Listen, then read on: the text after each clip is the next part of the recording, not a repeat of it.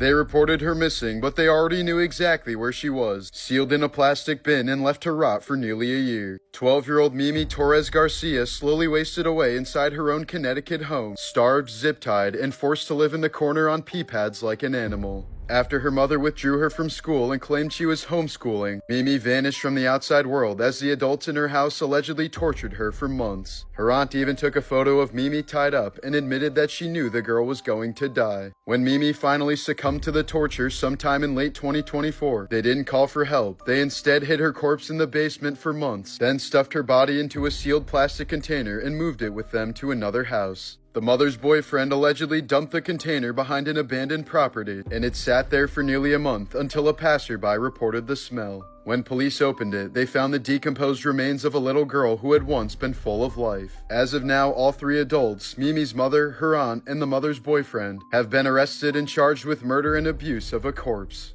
In 2010, 7-year-old Ayanna Stanley Jones was sleeping on her grandmother's couch in Detroit when a police raid quickly turned deadly. Officers were filming for the A&E show The First 48 as they stormed the home in search of a murder suspect, tossing in a flash grenade before bursting through the door. Within seconds, a bullet fired by Officer Joseph Weekly struck Ayanna in the head, killing her instantly. The officer claimed the gun discharged accidentally after a struggle, but witnesses said he just fired blindly into the darkened home. No one was ever convicted for her death. Ayanna would have turned 25 this year, a haunting reminder of how a child's life was tragically cut short in a moment meant for TV. In the early 1980s, South Korean photographer Lee Dong-sik was convicted of murdering a woman just so he could photograph her dying. Reports from a Korean newspaper say he met the victim, gave her a drink laced with potassium cyanide, and took more than 20 photographs as she slowly died in agony. During questioning, he claimed he wanted to capture the moment of death as part of his art. He was soon arrested, charged with her murder, and executed 4 years later.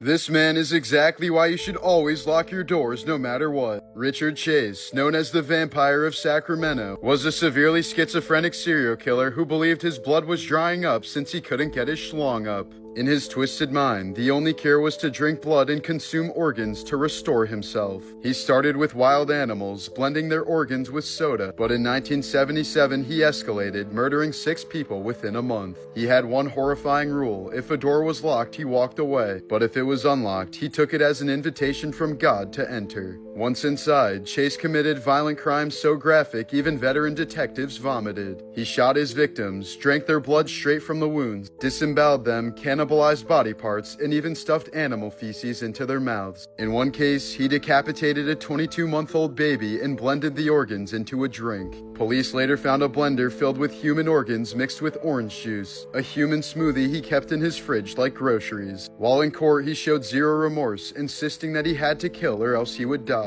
Sentenced to death by gas chamber in 1979, even other death row inmates were terrified of him and begged guards to keep him away. But before the state could execute him, Chase overdosed on hoarded antidepressants in his cell and died at the young age of 30. In 2007, 13-year-old Paris Bennett murdered his 4-year-old sister Ella in what investigators later called one of the most calculated juvenile killings ever recorded. Despite having a near-genius IQ, Paris waited until their babysitter fell asleep, then stabbed Ella 17 times as she desperately cried for help. Afterward, he calmly called 911, pretending to perform CPR while knowingly letting her bleed out, later admitting he understood exactly how long she had before she couldn't be saved. Detectives and psychologists say the killing was deliberate revenge. Paris wanted to devastate his mother Charity since he apparently felt abandoned when she focused more on his sister and resented the stability she was building after years of struggling. He believed taking Ella from her would cause the greatest possible pain. A Texas court ultimately sentenced him to 40 years in prison, and even today he shows no remorse, openly acknowledging he targeted Ella solely to cause maximum emotional damage to his mother. A shocking medical scandal is unfolding in Austria where a neurosurgeon is facing criminal charges for allegedly letting her 12-year-old daughter drill a hole into a patient's skull during emergency brain surgery. The unconscious patient had suffered traumatic head injuries and needed a burr hole to relieve pressure, yet prosecutors say the surgeon handed the drill to her daughter and let her perform the procedure herself, despite the child having zero medical training. The girl never should have been inside the operating room in the first place, as strict hospital protocol forbids minors or unauthorized personnel from being present during sterile surgeries. let alone touching the equipment, let alone drilling into patients' skulls. The patient was never informed a child would be involved, and only discovered the truth months later after an anonymous tip led to an investigation. The hospital immediately fired the surgeons involved, and the lead doctor is now on trial for causing bodily harm and abusing her position. Although the patient survived, he reportedly still suffers long-term effects, and the court called the doctor's decision a catastrophic breach of trust and professionalism.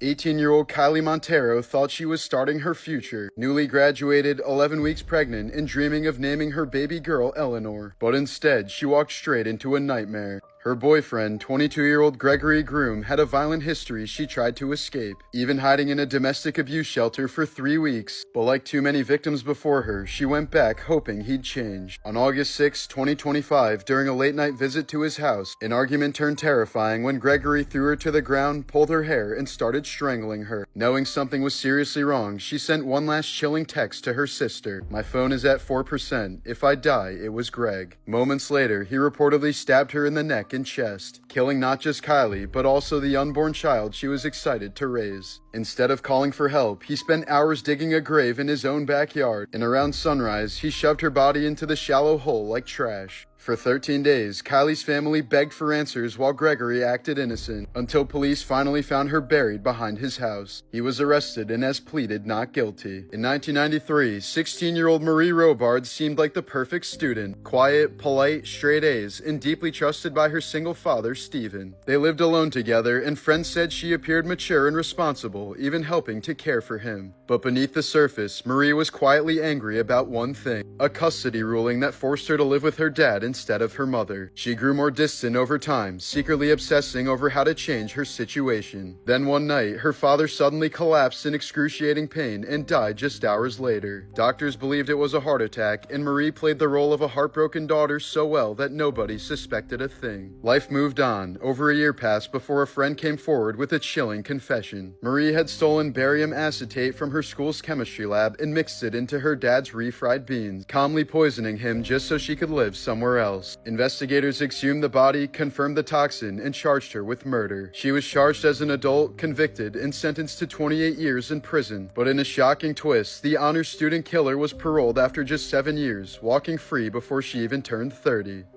In 1995, 6-year-old Alisa Izquierdo from Brooklyn became the face of one of the most horrifying child abuse cases in New York history. After years of living safely with relatives, Alisa was placed back in the care of her biological mother, Awilda Lopez, despite repeated warnings from family members and school officials about ongoing abuse and neglect. Almost immediately, neighbors and teachers noticed that Alisa had changed. She often arrived at school bruised, withdrawn, and terrified to go home. Over the next year, Awilda subjected her daughter to relentless cruelty. Alisa was often locked in a dark room for hours, forced to eat scraps or nothing at all, and denied basic care. Witnesses later recalled hearing her cry for help through the walls, while her mother screamed insults and accused her of being evil. She was beaten repeatedly, forced to sleep on the floor, and frequently sent to school with visible marks that no one acted on. In November of 1995, the abuse reached its breaking point. Awilda slammed Alisa's head into a concrete wall, inflicting a massive head injury that caused fatal brain damage, and by the time paramedics arrived, she couldn't be saved. Autopsy findings revealed injuries consistent with chronic physical and sexual abuse, including genital trauma and signs of repeated violation. Awilda was later convicted of second-degree murder and sentenced to 15 years to life in prison. After serving over 2 decades, she was released in April of 2022, a decision that reignited outrage among those who still remember Alisa's case. Her case horrified New Yorkers not just because of its brutality, but because it was preventable. Teachers, neighbors, and relatives had all tried to report what was happening, yet every warning was ignored.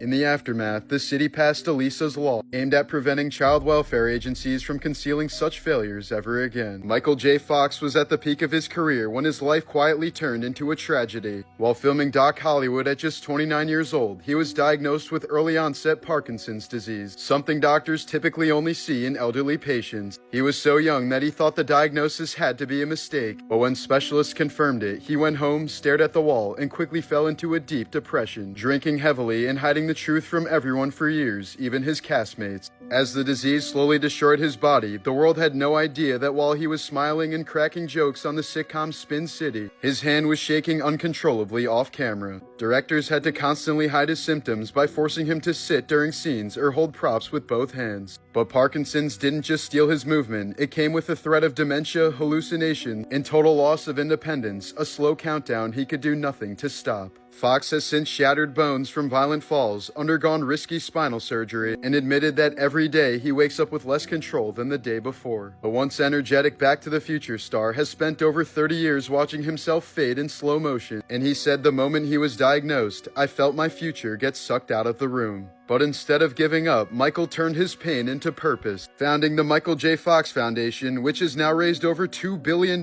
for Parkinson's research, making it the largest nonprofit funder of the disease in history by far. Despite losing control of his body, Fox might be the reason millions of others one day get theirs back. In the 1950s, doctors at Tulane University, led by Dr. Robert Heath, conducted one of the most disturbing neuroscience experiments in history. They implanted an electrode into a woman's brain, right in the region responsible for pleasure, and gave her a button that let her trigger it whenever she wanted. The result was terrifying. She began pressing the button non-stop for hours, then days, completely abandoning her family, her responsibilities, and even basic hygiene. She refused to eat or sleep, ignored everyone around her, and focused only on getting another jolt of artificial euphoria. She pressed it so obsessively that she developed an open, bleeding sore on her finger, but kept going anyway. When doctors finally took the device away, she begged them to give it back, became depressed and agitated, and even showed withdrawal-like symptoms because nothing in real life gave her pleasure anymore. The case horrified researchers so badly that human pleasure center experiments were largely shut down because it proved that if you could manually trigger happiness, it might destroy your ability to live without it. Here's a photo of an archaeologist cradling the cast of a young child who died instantly in the Pompeii eruption in 79 AD. The plaster casts of Pompeii's victims were created from empty voids in hardened ash, molds where human bodies once lay. Archaeologists filled them with plaster, revealing faces twisted in terror, immortalized in volcanic stone. A 3rd century BC Roman mosaic shows a skeleton reclining next to bread and wine, raising a cup with the words, "Be cheerful, enjoy life." In 2023, a 2,700-year-old 18-ton Assyrian statue was unearthed in Iraq, its massive form depicting a god whose worshippers died off millennia ago. It had waited underground since long before the birth of Jesus Christ. This portrait of an unidentified Egyptian man was laid over his mummified body nearly 2,000 years ago during the Roman period in Egypt. Painted on linden wood using colored wax, it was meant to preserve his likeness for eternity. Hidden for centuries beneath Italian forests, a massive Etruscan pyramid altar was rediscovered in the 1990s. Carved directly into rock 2,600 years ago, it may have once run red with the blood of ritual offerings to forgotten gods. Carved from mammoth ivory 33,000 years ago, this tiny bird from a prehistoric cave in Germany is the oldest known depiction of a creature. As far as we know, the artist who made it never lived to see a wheel, a written word, or the dawn of recorded history.